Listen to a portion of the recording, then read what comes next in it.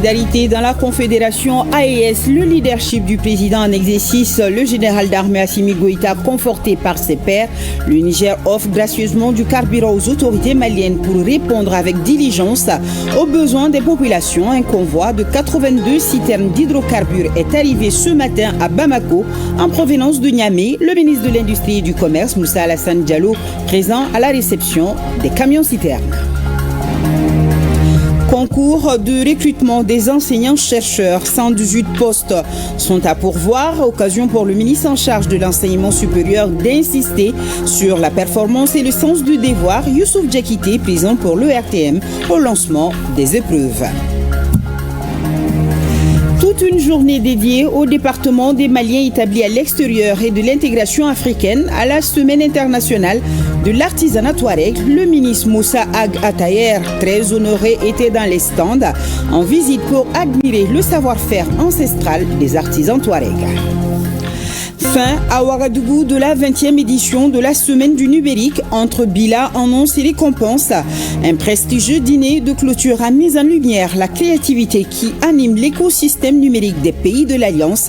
Le ministre de la Communication Al-Hamdou Ag Ilien conduisait à l'événement une forte délégation malienne. Samedi 20h, bonsoir à tous et bienvenue aux informations.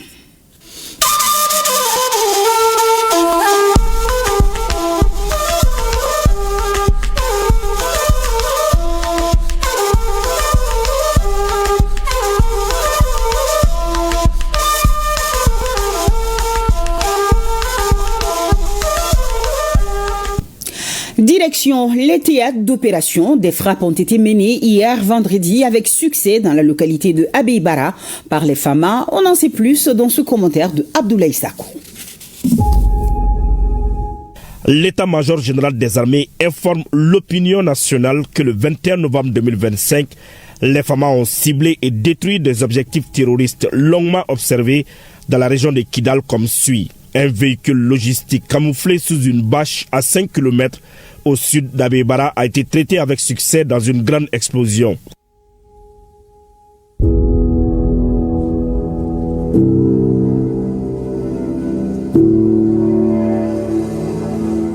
Aussi, des terroristes regroupés ont été neutralisés par une frappe sur un second objectif.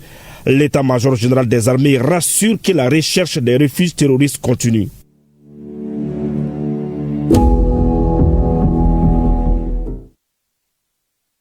Solidarité dans la Confédération AES. Le leadership du président en exercice, le général d'armée Assimi Goïta, conforté par ses pairs, le Niger offre gracieusement du carburant aux autorités maliennes pour répondre avec diligence aux besoins des populations.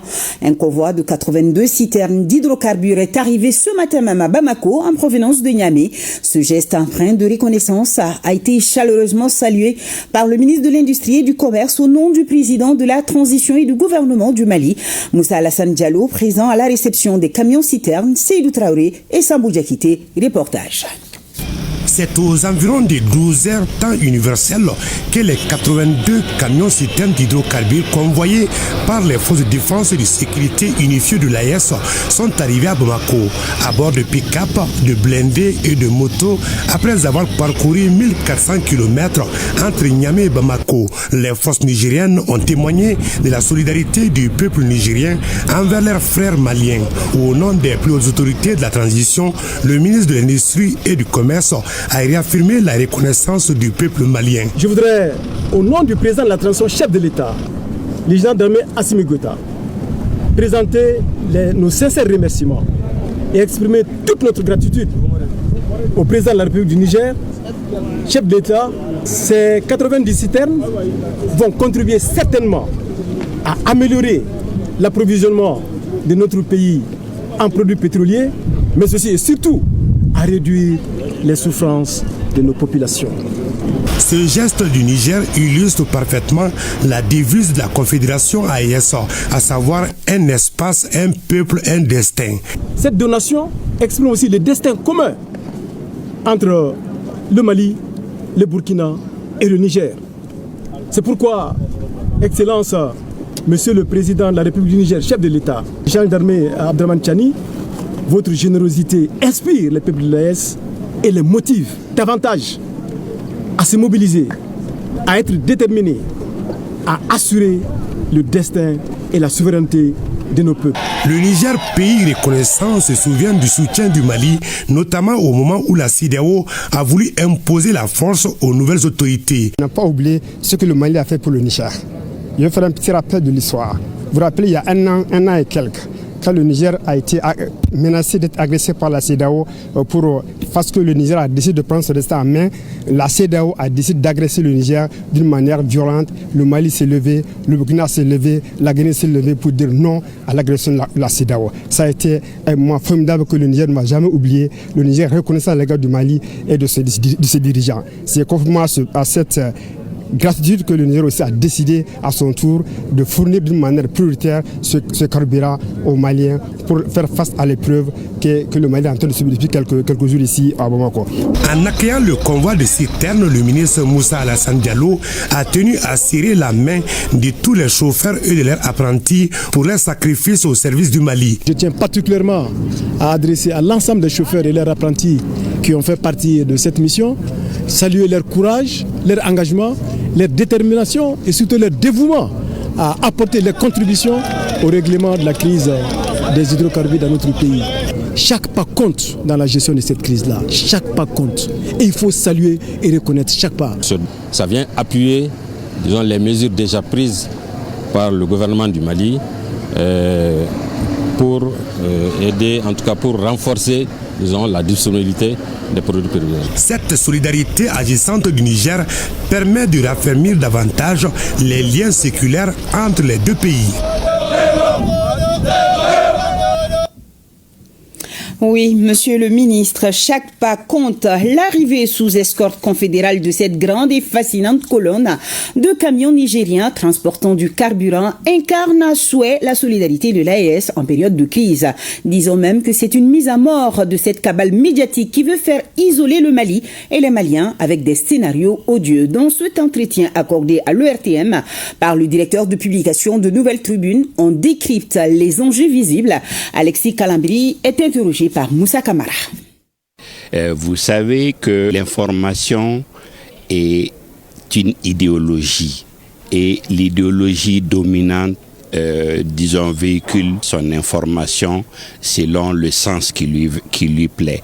Et également, vous savez que la guerre médiatique est aussi vieille que le monde parce que, encore une fois, les idéologies veulent toujours attirer les intentions, les opinions et les décisions dans le sens.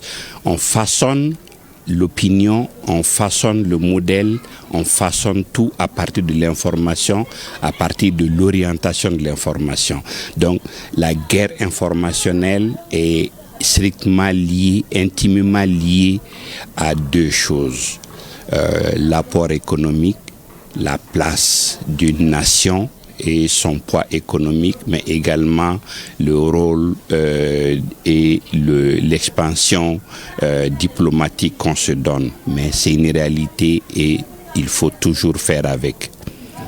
Alors, comment vous appréciez la solidarité de l'AES face à la crise des carburants ces temps-ci? La force confédérale a supervisé l'escorte d'une centaine de camions citernes vers le Mali. Je pense que ça c'est à apprécier et ça c'est, on peut dire, une application concrète de la solidarité que nous recherchons au Sahel.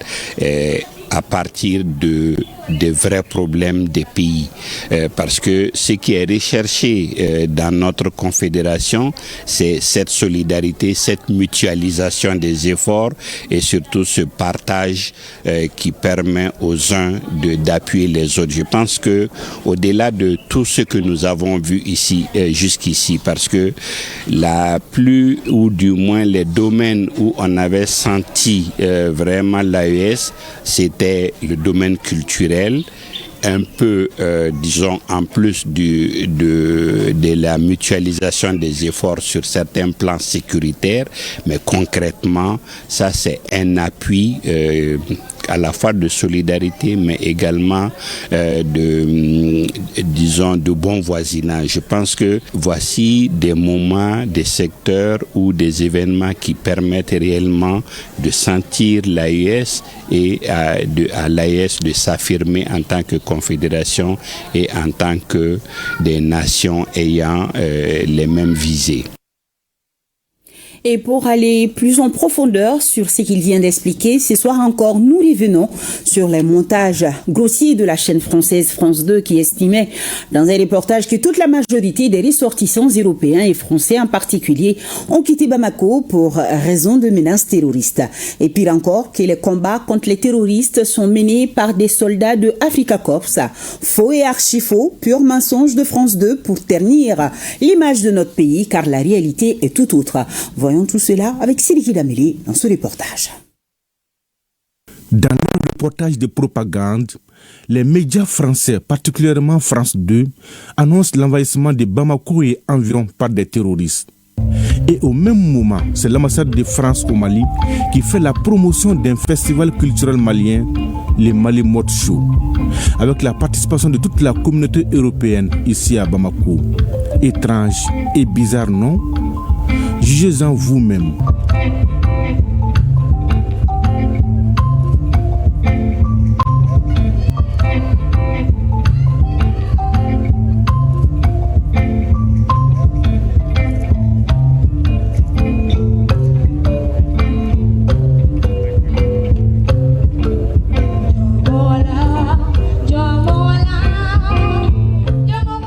Cette même ambassade de France qui enjoignait ses ressortissants de quitter Bamako ne se prive pas de savourer les bons coins de la capitale en toute sérénité.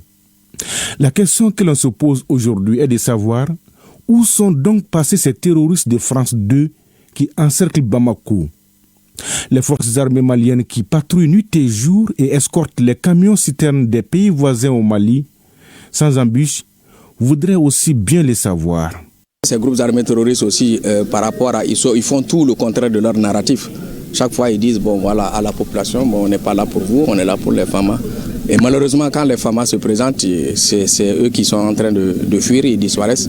C'est dire à la population de continuer à avoir confiance aux FAMA, à leurs FAMA, c'est leurs FAMA, et de nous soutenir, de nous envoyer des informations et des renseignements concernant ces gens. Les forces armées maliennes qui sont décriées aujourd'hui par les médias français ont pourtant sauvé la vie à beaucoup de Français ici au Mali. Rappelez-vous ces images de l'attaque d'un hôtel de Bamako en 2015 où des Français sont portés au dos par des militaires maliens. Ces genres d'images, vous ne les verrez jamais sur les médias français qui sont pourtant prompts à diffuser des vidéos de propagande des terroristes. C'est une évidence aujourd'hui. Beaucoup de journalistes français doivent retourner à l'école de l'éthique et de la déontologie en journalisme. Elle a été signée par Sidiki Dambélé. De la fumée noire dans le ciel de sang. Un incendie parti d'un camion chargé de céréales s'est vite propagé dans des familles voisines. Le feu a été circonscrit après 2 heures de lutte grâce aux sapeurs-pompiers appuyés par des riverains. Un blessé grave et de nombreux dégâts matériels sont à déplorer. Tentons de comprendre ce qui a causé tous ces dégâts. C'est avec Drissa Kone et Seydou Kamera. De la fumée noire se propage dans le ciel de sang. Une matinée paisible perturbée par cet incendie au quartier Carantella. Les riverains et autres passants venus porter main forte sont en panique générale. Hommes, femmes, enfants, bref, chacun fait de son mieux car l'urgence est là. De l'eau, du sable et même des sachets d'eau, tous les moyens sont déployés pour contenir le feu qui se propage dans des familles voisines. Les robinets sont à sec, mais chaque famille contient presque un puits. Les témoins racontent. Bon, moi j'étais assis dans ma cour, j'ai entendu les bruits. Bon, brusquement je suis sorti, j'ai vu que le camion est en flammes. Donc moi je leur ai demandé d'aller un peu en arrière et décrocher la cabine. Donc ils ont fait ça. Donc ensuite j'ai demandé qu'est-ce qui est arrivé ça. Il me semble qu'il y avait du carburant dedans. Le feu était très intense, il fallait qu'on leur vienne en appui. Une résilience est appuyée par les soldats du feu avec à leur tête le directeur régional. Nous nous sommes débrouillés quand même pour éteindre le feu avec l'appui de la population. Je pense que c'est l'occasion pour moi et le lieu propice pour féliciter vraiment cette brave population de Karantela qui nous a porté main forte pour éteindre le feu. Après 2 heures de dur labeur, le feu est circonscrit. Pas de pertes en vie humaine, mais un blessé grave et de nombreux dégâts matériels. L'enquête suit son cours pour déterminer les causes exactes, mais d'ores et déjà, il est conseillé à tout un chacun de faire très attention dans le transport illicite et la conservation des hydrocarbures. Oui, la vigilance reste de mise. Attention, sur toute autre chose maintenant. Lancement à Bamako des activités de la plateforme des femmes de l'AES section malienne. Cette plateforme qui vient tout juste d'être créée ambitionne de soutenir les initiatives des chefs d'État des pays de l'AES. Cette cérémonie de lancement a été mise à profit pour présenter le nouveau bureau de la plateforme qui compte 64 membres dirigé par Damele Aïssetambay pour un mandat de 2 ans renouvelable. Le compte rendu de Sorona Kamisoko. Aussitôt mise en place, aussitôt opérationnelle, la nouvelle plateforme des femmes de l'AES, section malienne, ambitionne de jouer un rôle plus actif dans le combat pour la souveraineté totale de l'espace commun. Sa présidente reçoit des mains du ministre de tutelle du drapeau de la Confédération AES, signe de cet engagement des femmes maliennes. Le 17 juillet 2025, les ministres en charge de la promotion de la femme et du genre de la Confédération des États du Sahel se sont réunis à Niamey, au Niger. Ils y ont fait une déclaration. Et cette déclaration précise que les plateformes nationales sont placées sous la tutelle des ministères en charge de la promotion de la femme et du genre. À la tête de la nouvelle plateforme des femmes de l'AES section malienne, un bureau exécutif de 64 membres élu pour un mandat de 2 ans renouvelable. Il est dirigé par Mme Damele Aïssetambay. L'objectif est de fédérer nos expériences et nos forces pour mener dans l'unité d'action la lutte pour la défense de la patrie et l'unification des peuples de l'AES. La section Mali de la plateforme nationale des organisations de femmes de l'AES sera affiliée à la plateforme régionale des organisations des femmes de la Confédération, dont la mission est de fédérer les efforts des organisations féminines du Burkina Faso, du Mali et du Niger. Soyez rassurés, chères femmes du Mali, que le ministère de la promotion de la femme, de l'enfant et de la famille accordera une attention particulière à l'accompagnement de la plateforme nationale dans la mise en œuvre de ses missions afin que chaque femme, chaque enfant et chaque famille malienne en ressentent les effets. Et la ministre Diarra Djeneba Sanogo d'inviter toutes les associations féminines du Mali à faire bloc derrière cette plateforme afin de réussir les futurs chantiers. Car selon elle, seule l'union fait la force.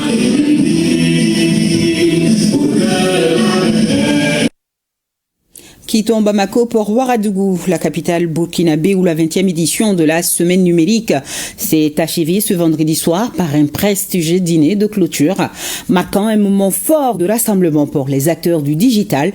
Entre bilan, annonces et récompenses, l'événement a mis en lumière l'effervescence créative qui anime l'écosystème numérique burkinabé et des pays invités.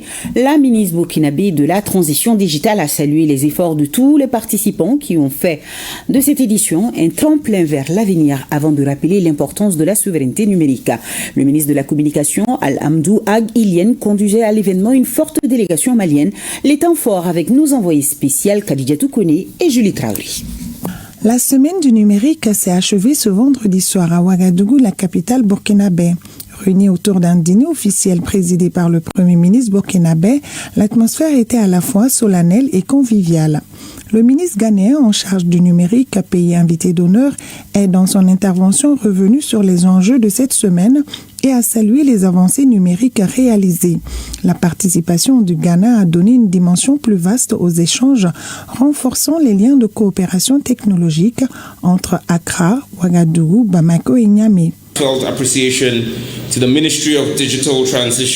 En participant aux différentes activités, il comprend que l'Afrique est désormais prête pour embrasser les progrès et innovations technologiques. Il est content des différents accords et partenariats qui ont pu être développés au cours de la semaine.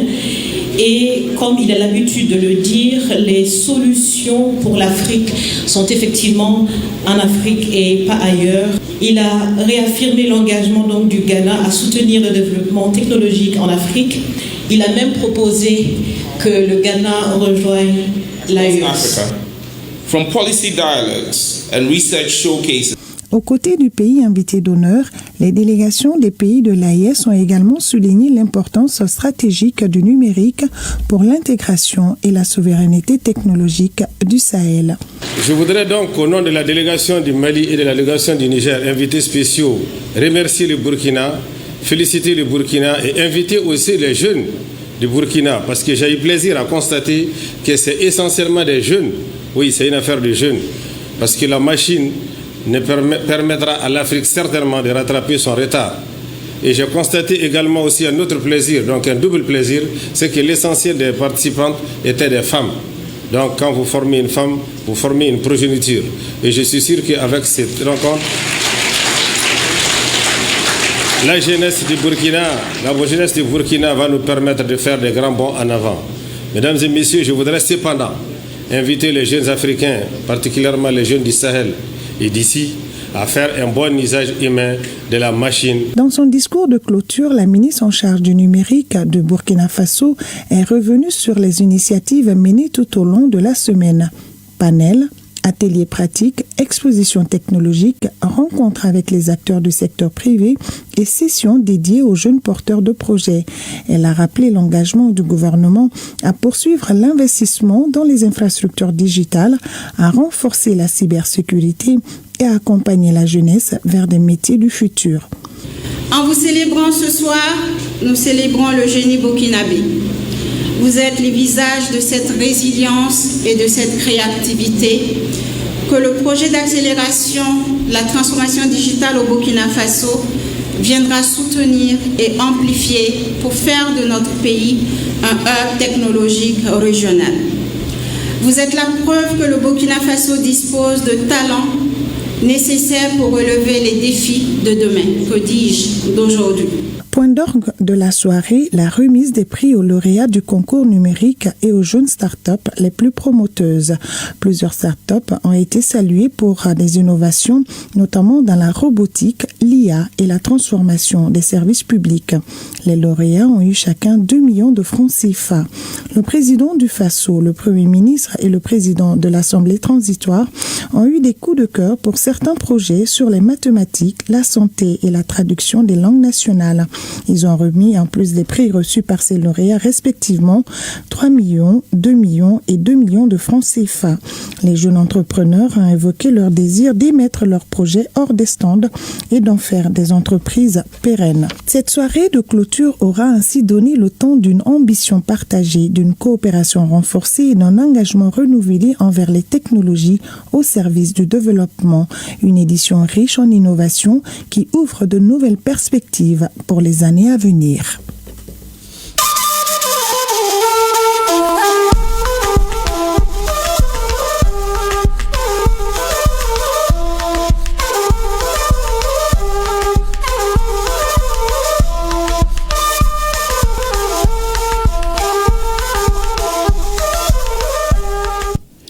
C'est bientôt la fin du PACT 6, phase 2. Le programme financé à plus de 2 milliards de francs CFA par la coopération allemande a permis à la Cour des comptes de la Cour suprême du Mali de mener 40 missions de contrôle dans 650 collectivités territoriales, entre autres.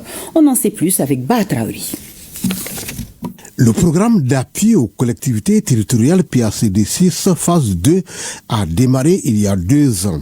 Financé par la coopération allemande à travers la KfW, le PACD6 phase 2 était exécuté par la section des comptes de la Cour suprême. Le programme a permis d'appuyer les mécanismes de contrôle nationaux et les acteurs du système de financement national de l'Agence des collectivités territoriales. En attendant la fin du programme prévu le 31 décembre 2025, les acteurs et les bailleurs sont réunis pour dresser le bilan des 2 années de mise en œuvre du projet.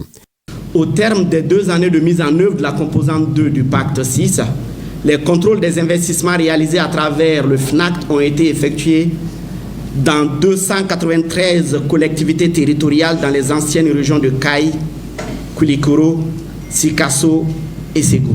La section des comptes de la Cour suprême se félicite du bilan de l'année écoulée et de l'appui dont elle a bénéficié au compte du programme. La section des comptes a réalisé en collaboration avec le projet en 2025 10 missions de contrôle portant sur 153 collectivités territoriales des régions de Kaï, Sikasso, Bougouni, Nioro, Ségou, Koutiala, San et Kita. Au total, le CICT dans sa première phase, plus la prolongation et dans sa seconde phase, a réalisé 46 missions couvrant 650 collectivités territoriales contrôlées et suivies, dont 464 en nouveau contrôle et 206 en suivi. 1444 investissements contrôlés et suivis, dont 819 en nouveau contrôle et 325 en suivi. Par ailleurs, le projet a doté la section des comptes en 11 véhicules, 4x4, 5 motos, d'importants lots de matériel informatique et bureaucratique. Le coût total du projet durant cette seconde phase s'élève à 2,123 216 050 francs CFA, financé par la coopération allemande à travers la KfW. Le programme d'appui aux collectivités territoriales PACD 6 phase 2 a été exécuté dans les régions de Kaï, Sikasso, Bougouni, Nioro, Ségou, Koutiala, San et Kita. Atelier de validation de la stratégie de la politique nationale du genre adoptée au Mali en 2010. À l'instar des autres départements ministériels, celui de la justice a élaboré un document de stratégie sectorielle genre avec l'appui de ONU Femmes assorti d'un plan d'action. Le reportage de Mamadou Fani.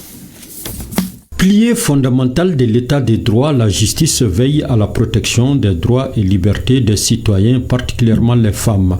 C'est dans ce cadre que se tient cet atelier de validation du document de la stratégie sectorielle du genre du ministère de la Justice et des Droits de l'Homme et son plan d'action.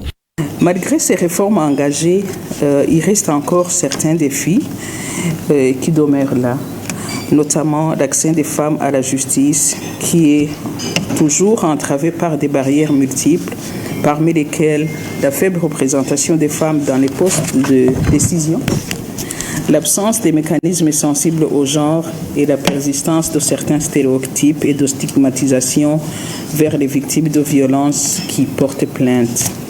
Cette stratégie sectorielle du genre, élaborée avec l'appui technique et financier de ONU Femmes, symbolise encore une fois un engagement fort pour institutionnaliser la dimension genre dans les politiques, programmes et services du ministère de la Justice et des Droits de l'Homme, et nous vous en remercions.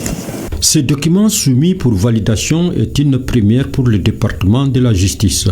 L'élaboration d'un document de stratégie sectorielle genre est une initiative non seulement conforme au cadre institutionnel de gestion des questions de genre dans notre pays, mais aussi aux engagements internationaux signés et ratifiés par notre pays, dont la mise en œuvre efficace nécessite une orientation structurée, facilitant une mobilisation meilleure des acteurs concernés autour des objectifs et une synergie d'action pour apporter des réponses appropriées aux questions liées au genre dans notre pays.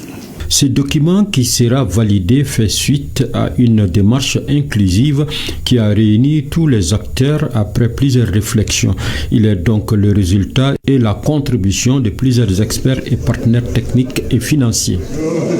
Merci. Autre grand titre de cette édition, le lancement officiel du concours de recrutement des enseignants-chercheurs. 118 postes sont à pourvoir, occasion pour le ministre en charge de l'enseignement supérieur d'insister sur la performance et le sens du devoir. Youssouf Diakité et Aruna Diara présents pour l'ERTM au lancement des épreuves. Reportage. C'est dans le souci de renforcer les capacités opérationnelles des universités du Mali que le ministère de l'Enseignement supérieur et de la Recherche scientifique lance ce concours de recrutement des enseignants-chercheurs. Ils sont plus de 500 candidats à postuler. Ici, la première enveloppe est ouverte par le ministre des tutelles. Il y a deux voies de recrutement. Il y a les concours directs qui concernent les assistants et les attachés de recherche qui doivent être titulaires de master au diplôme équivalent. Ça, c'est la première voie. La deuxième voie, c'est le recrutement sur titre qui concerne les maîtres assistants et les chargés de recherche qui doivent être des titulaires de doctorat. Donc ce matin, les candidats qui sont en salle sont des titulaires de master ou diplôme équivalent qui vont être recrutés comme assistants ou attachés de recherche à l'enseignement supérieur et à la recherche scientifique.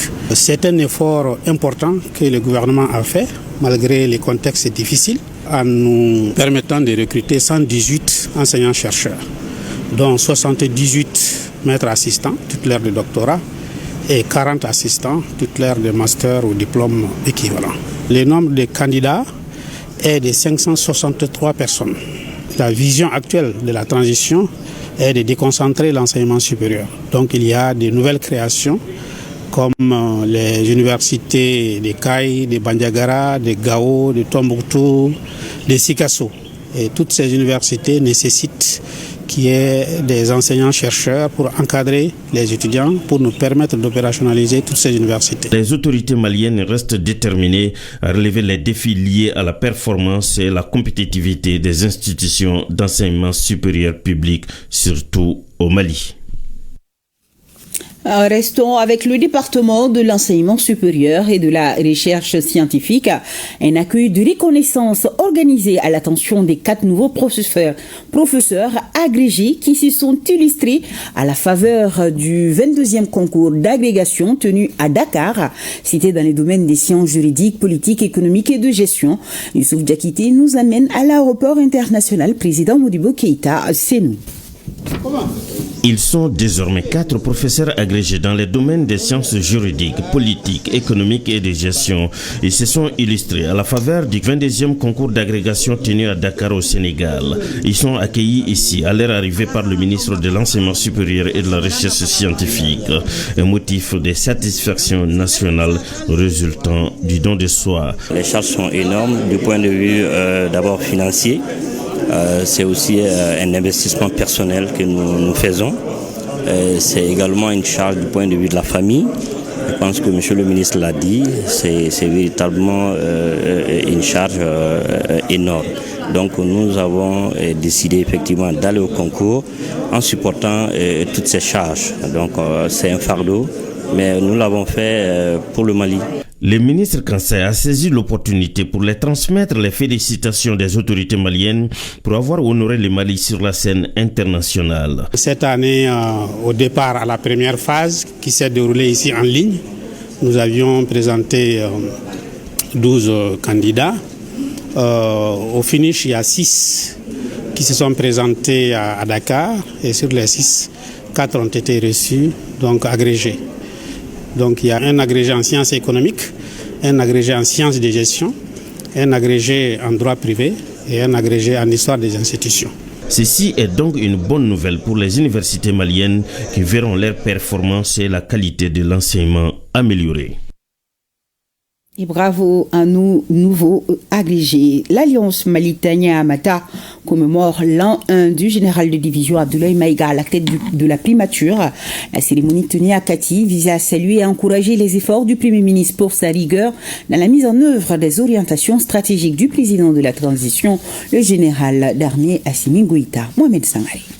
Ce 21 novembre 2025, marquant un an de service du général de division Abdoulaye Maïga à la tête du gouvernement, l'Alliance Mali-Tania-Amata et l'ensemble des forces vives de Kati ont rendu un vibrant hommage au Premier ministre. Le gouvernement de la transition a engagé des réformes profondes et pris des mesures audacieuses dans les secteurs clés, notamment le renforcement de la défense et de la sécurité. S'agissant des réformes politiques, administratives et institutionnelles, il y a eu la modernisation et la digitalisation de l'administration malienne.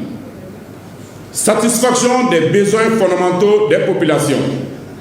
Le gouvernement a pris des mesures pour améliorer l'accès à l'eau, à l'énergie et à la sécurité alimentaire, répondant aux besoins urgents de la population, notamment dans les zones rurales. Actualité oblige. Badra Alou-Sangaré a également salué la fermeté du Premier ministre dans la gestion récente de la crise d'approvisionnement en carburant, soulignant ainsi son engagement constant face aux défis nationaux. Face à la crise du carburant, le gouvernement du Premier ministre Maïga a pris des mesures rapides et responsables pour limiter l'impact de la hausse des prix. L'anniversaire fit jalonner de nombreux témoignages de reconnaissance envers le Premier ministre, mais aussi d'un accent mis sur la résilience du peuple malien face aux moments difficiles que traverse le pays. Ces témoignages ont été illustrés par la projection d'une vidéo rétrospective synthétisant les réalisations et les efforts du général de division Abdoulaye Maïga à la tête du gouvernement. COP30 à Belém, les travaux dans sa volonté de développer. COP30 donc à Belém, les travaux s'y sont achevés ce samedi. Le ministre de l'Environnement, de l'Assainissement et du Développement durable, Doumbia Mariam Tangara, a bouclé sa mission par une série de rencontres avec les partenaires. Le point avec nos envoyés spéciaux, Soumaïla Berté, à Lobékouni. Dans sa volonté de développer plus de partenariats avec des amis du Mali, le ministre de l'Environnement, de l'Assainissement et du Développement durable a poursuivi ses échanges ici à Belém. C'est dans ce cadre que Doumbia Mariam Tangara a rencontré d'autres responsables d'organisations évoluant dans le domaine des changements climatiques. Il y a quelques années, l'Agence de l'Environnement et du Développement durable est en train de travailler pour être accréditée au fonds d'adaptation. L'objectif de cette accréditation, c'est de permettre à l'agence d'élaborer des projets structurants et de mobiliser suffisamment de ressources. Vous savez, on est une agence, un établissement public à caractère administratif, donc nous devons générer des ressources propres. Donc c'est une grande opportunité, une fois qu'on arrive à être accrédité, n'est-ce pas, sur le fonds d'adaptation et nous permettre de générer des ressources propres. Nous avons rencontré le secrétariat du Fonds vert pour le climat et à ce niveau, on a longuement échangé sur les difficultés rencontrées par les structures nationales désignées pour être accréditées à ces fonds innovants au niveau international. Nous avons également rencontré le secrétariat du PNUD. Le PNUD, c'est le programme des Nations Unies pour l'environnement. À ce niveau, les échanges ont porté sur le transfert du secrétariat de la Convention de Bamako sur les déchets de Nairobi à Bamako. Nous avons également échangé avec le PNUD sur les contributions du Mali à ce programme au niveau international. Parallèlement à l'agenda du chef de la délégation malienne à la COP30, certains membres ont participé à des travaux de groupes thématiques de négociation. C'est le cas du point focal national genre et climat. Depuis 2017, on avait un plan d'action Lima qui parlait du genre pour la première fois. Maintenant, ce plan d'action depuis 2007 a révolu. Donc, depuis la COP de Dubaï, on a décidé de réviser ce plan d'action. Et donc ici, on était là pour valider ce plan d'action sur 10 ans et de commun accord avec toutes les parties prenantes. Et aussi, j'ai eu à prendre part au renforcement des capacités.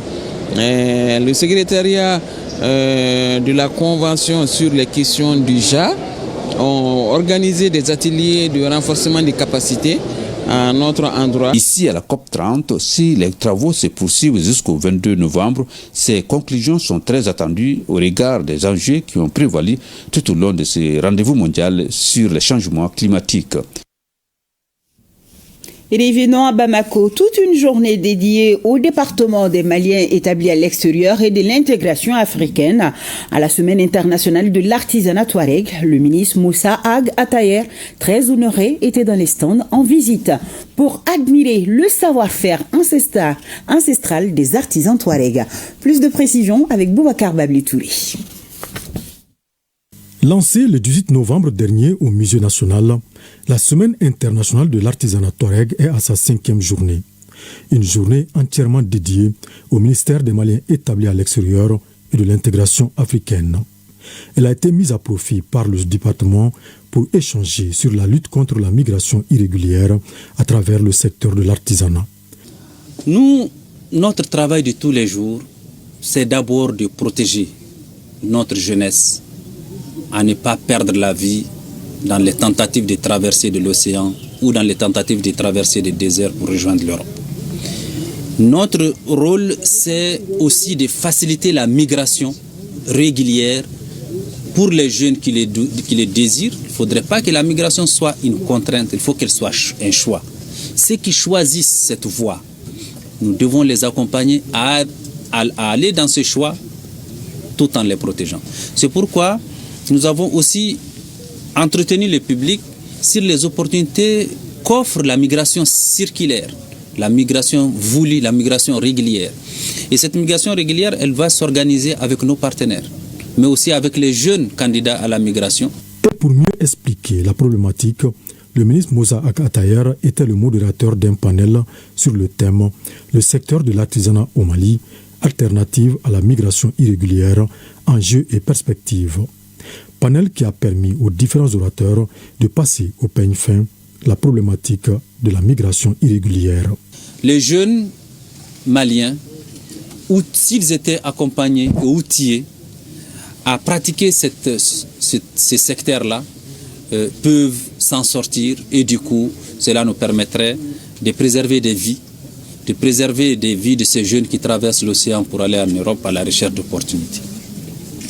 Nous avons aussi tiré des conclusions sur la nécessité de la co-construction des solutions avec l'ensemble des acteurs. Ministère de l'Emploi, ministère de l'Artisanat, ministère des Maliens établis à l'extérieur, partenaires OIM et autres, pour que le dialogue ne s'arrête pas.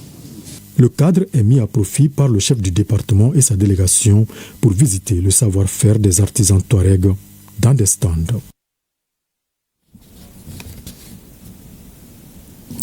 Remise de dons, Mali Wellness Foundation ou la Fondation du bien-être au Mali remet au Centre hospitalier universitaire Institut d'ophtalmologie tropicale d'Afrique, IOTA, plus de 100 millions de francs CFA.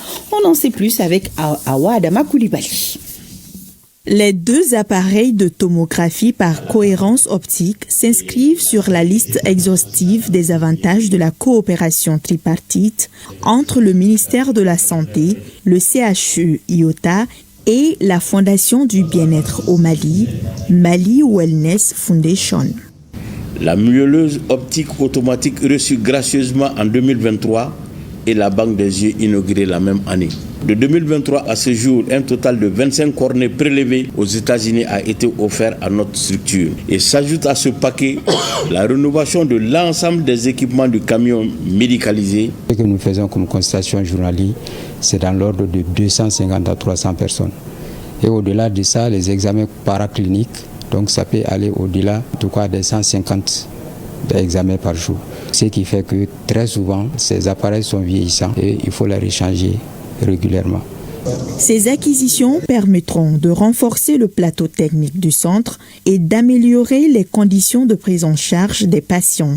Par ailleurs, le véhicule actuellement en rénovation assurera les activités de chirurgie mobile dans les zones les plus difficiles d'accès. Une mission chère à la Fondation. Ce camion est très robuste, ça peut faire tout le terrain, aller très loin, mais aussi permettre d'y faire des opérations chirurgicales, approcher l'hôpital aux nécessités. Et si nécessaire, amener ici ceux qui sont très loin à Bamako pour traiter des maladies qu'on ne peut pas traiter chez eux. Keep their eyesight. Depuis 2023, l'IOTA affiche un taux de réussite de 84% dans les greffes de cornée. La première intervention remonte à mars 2023 et les plus récentes ont été réalisées mardi dernier, le 18 novembre 2025. L'ONG Qatar Charity et le Haut Commissariat des Nations Unies pour les réfugiés unissent leurs efforts pour donner le sourire à 430 ménages de réfugiés et de personnes déplacées internes de Bamako et de Koulikoro. Inaba nous en parle. Cette initiative menée par l'ONG Qatar Charity consiste à soutenir les groupes les plus vulnérables. Le don est composé du riz, du mil, des pâtes, du lait et de l'huile. En plus, il y a des produits d'entretien. Cette distribution s'inscrit dans une vision, celle de renforcer la résilience et bâtir des solutions durables. En 2025, 6,4 millions de personnes, soit près de 28% de la population, ont besoin d'une assistance humanitaire et de protection. Parmi elles, 4,7 millions sont ciblés par le plan de réponse humanitaire, mais à ce jour, moins de 16% des financements nécessaires ont été mobilisés, le taux le plus bas depuis plus d'une décennie. Depuis 1950, le monde fait face à de multiples crises. Le Haut Commissariat des Nations Unies pour les réfugiés, HCR, a fourni une protection et une assistance vitale aux réfugiés, aux demandeurs d'asile, aux personnes déplacées à l'intérieur de leur pays. C'est pourquoi la collaboration entre le HCR et l'ONG Qatar Charity a permis d'apporter une réponse concrète à ces couches vulnérables. Grâce à l'appui généreux de Qatar Charity, un financement substantiel a ainsi été mobilisé afin d'assurer la distribution de kits alimentaires et d'hygiène à 430 ménages vulnérables dans Bamako et ses environs. L'État du Qatar a placé la solidarité humanitaire et la coopération internationale au cœur de ses priorités.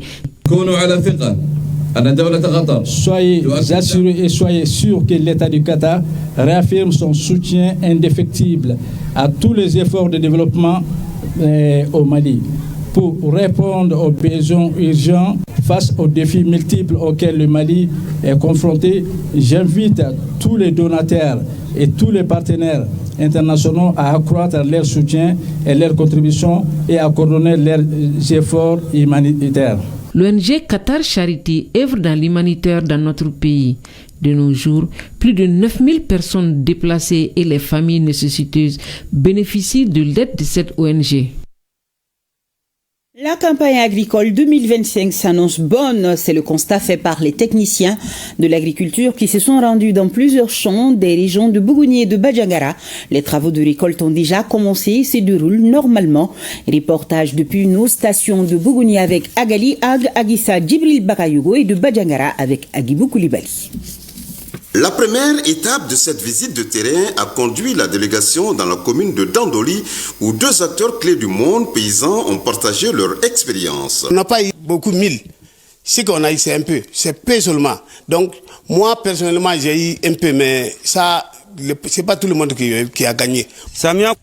Depuis 5 mois sans la récolte a été moins bonne que les années précédentes parce que selon sa comparaison, ils ont récolté comparativement un tiers des années normales. Donc ce qui leur pousse à dire que la campagne n'a pas été bonne. La seconde étape s'est déroulée dans la ville de Badjangara. Effectivement, cette année, on a cultivé le riz. Vraiment, on n'a pas pu aménager le lieu, certes, mais vraiment, le rendement est bon. Donc, on a eu un peu le riz. Si nous avons commencé les travaux d'oignons, chaque jour, on peut employer 50-60 déplacés. Donc, vraiment, les difficultés que nous avons cette année, c'est les semences. On achète à 1500 francs le kilo. Et cette année, nous avons reçu 609 mm. Donc, cela veut dire qu'il y a eu vraiment assez de pluie. Et malheureusement, on a constaté par-ci et par-là la mauvaise répartition. À Kani, là-bas, la population crie de la sécheresse. Tandis qu'à Banyangara, les gens crient de l'excès d'eau. Donc, c'est le paradoxe.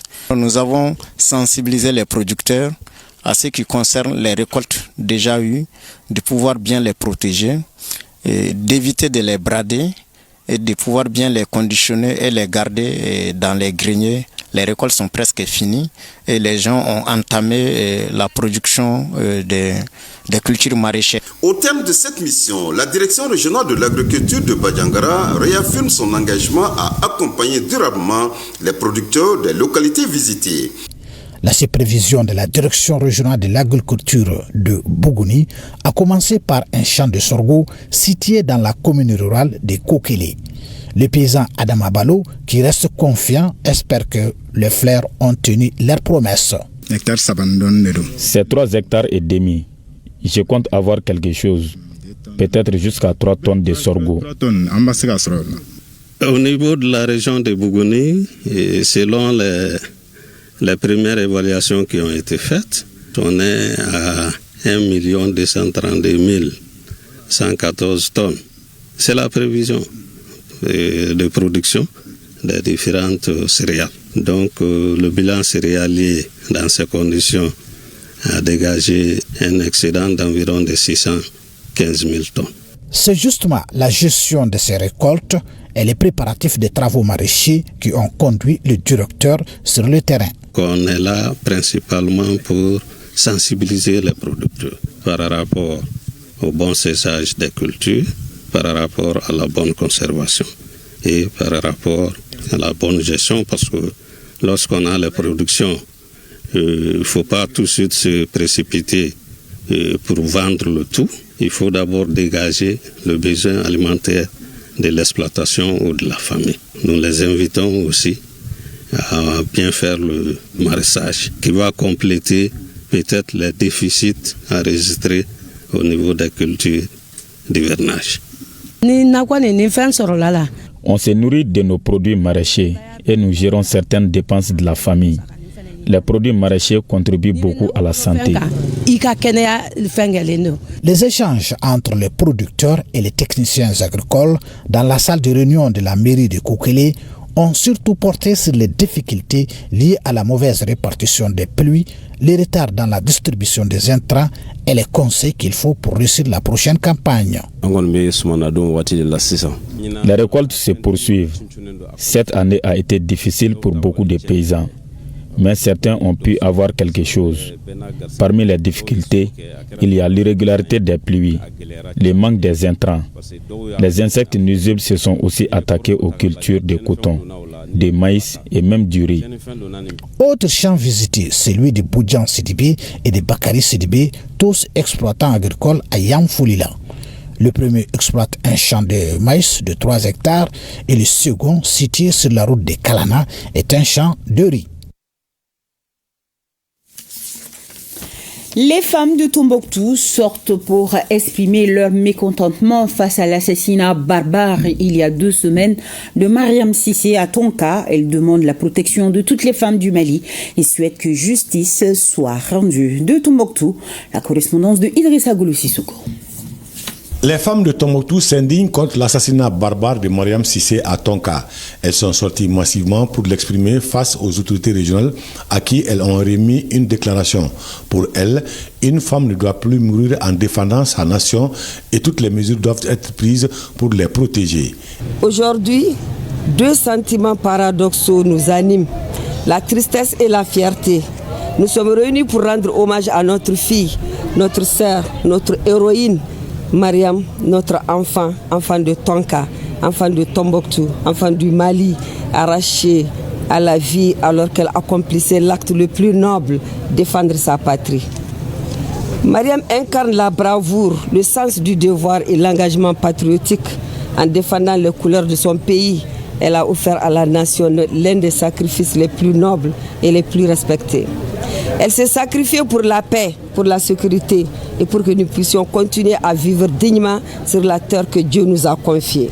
En les recevant, le chef de l'exécutif régional salue le courage de ces braves femmes et notera que leur démarche est tout à fait légitime. Cet acte de ce matin est bien légitime de la part de nos mamans, de la part de nos femmes.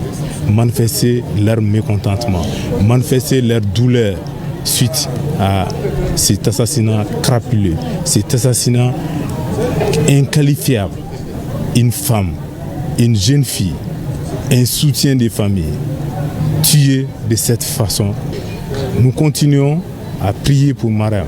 Nous continuons le combat que Mariam menait. Ce combat, c'est le combat du Mali. C'est le combat de la région de Tombouctou. À l'unisson, toutes confessions confondues, elles ont fait des bénédictions pour le repos éternel de l'héroïne Mariam Cissé de Tonka.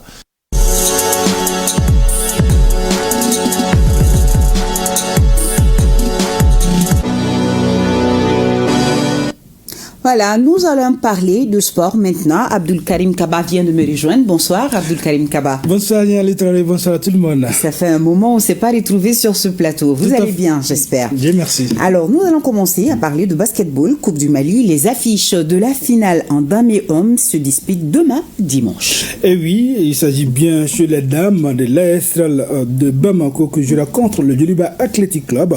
Les deux formations entendent sauver leur saison avec le trophée de Dame Coupe. La jeune équipe de l'ASL voudra confirmer sa montée en puissance en inscrivant son nom au palmarès de la Coupe du Mali. Elle aura fort à faire face au Djoliba Athletic Club, habitué de ces stades de la compétition. En série homme, le stade malien de Bamako affrontera le centre de référence de basketball de Tombouctou CRBT. C'est un remake des play-offs du championnat national. AS Real Djoliba en dames, stade malien de Bamako CRBT en homme. C'est ce dimanche dans la salle Abdallah Mahman Haïdara du stade 26 mars de Yirimadio. C'est à partir de 15h. Et le public est invité. Parlons à présent football. Compétition africaine de clubs. Les phases de groupe ont démarré hier vendredi. Les deux clubs maliens, à savoir le Djoliba en Coupe CAF et le Stade malien de Bamako en Ligue des Champions, sont concernés. Abdul Karim Kaba et le Stade malien de Bamako a joué cet après-midi. Et oui, en Ligue des Champions, bonne opération du représentant malien. Le Stade malien de Bamako, le champion en titre du Mali, a contraint l'expérience de Tunis au nul. Partout. C'était cet après-midi à Tunis.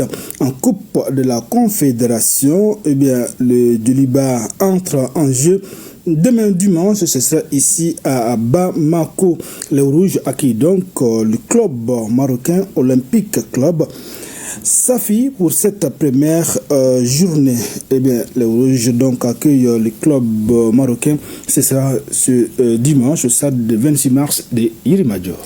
CAN Maroc, vous en parlez tout à l'heure, 2025, les chaînes de télévision publiques et privées d'Afrique francophone mettent la pression sur la CAF. C'est par rapport à la diffusion des matchs, de tous les matchs. Et oui, la CAN Maroc 2025, c'est du 21 décembre au 18 janvier 2026. Les chaînes de télévision publiques et privées d'Afrique francophone, nous pourrons diffuser pour l'instant que 32 matchs sur les 52 de la CAN. En réunion à Lomé au Togo, les directeurs généraux de ces chaînes de télévision mettent la pression sur la CAF dans l'attribution des matchs à travers une déclaration commune. La synthèse de cette déclaration, c'est avec Sragatou Sissi. L'union fait la force, à ton coutume de dire.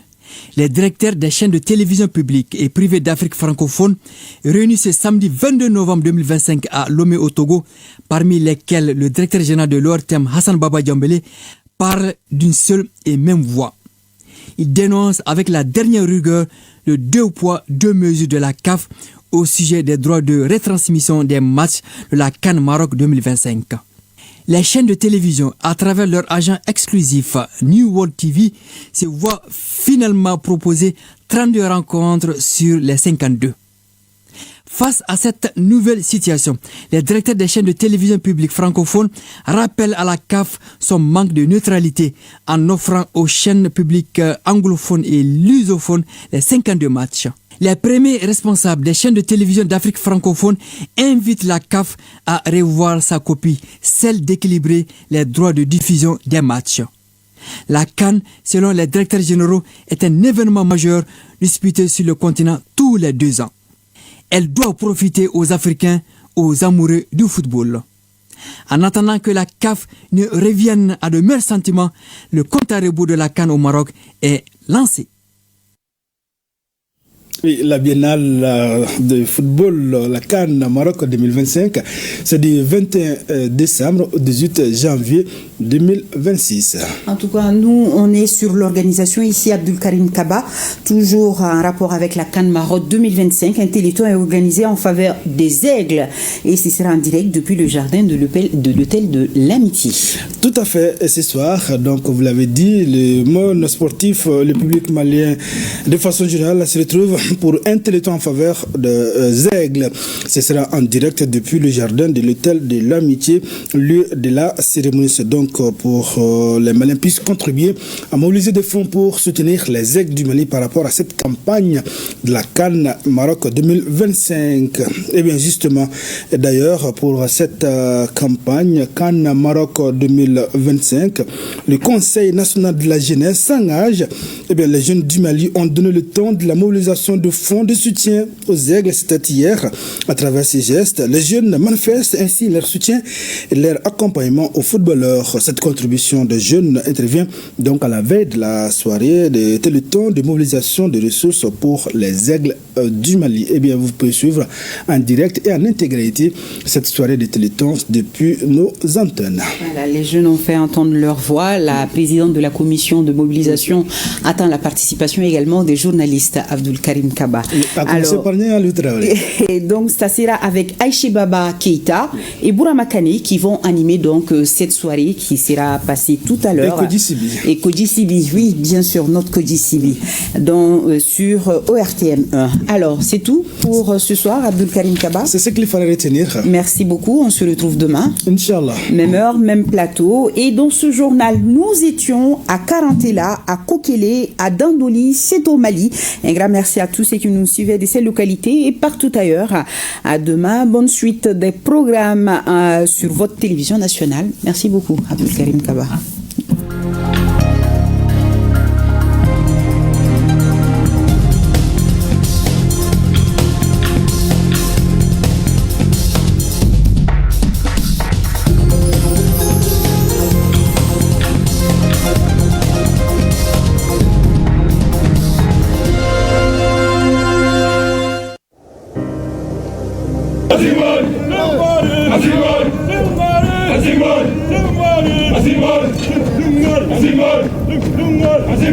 Nous laissons derrière nous tout ce que nous avons de plus cher. Enfants,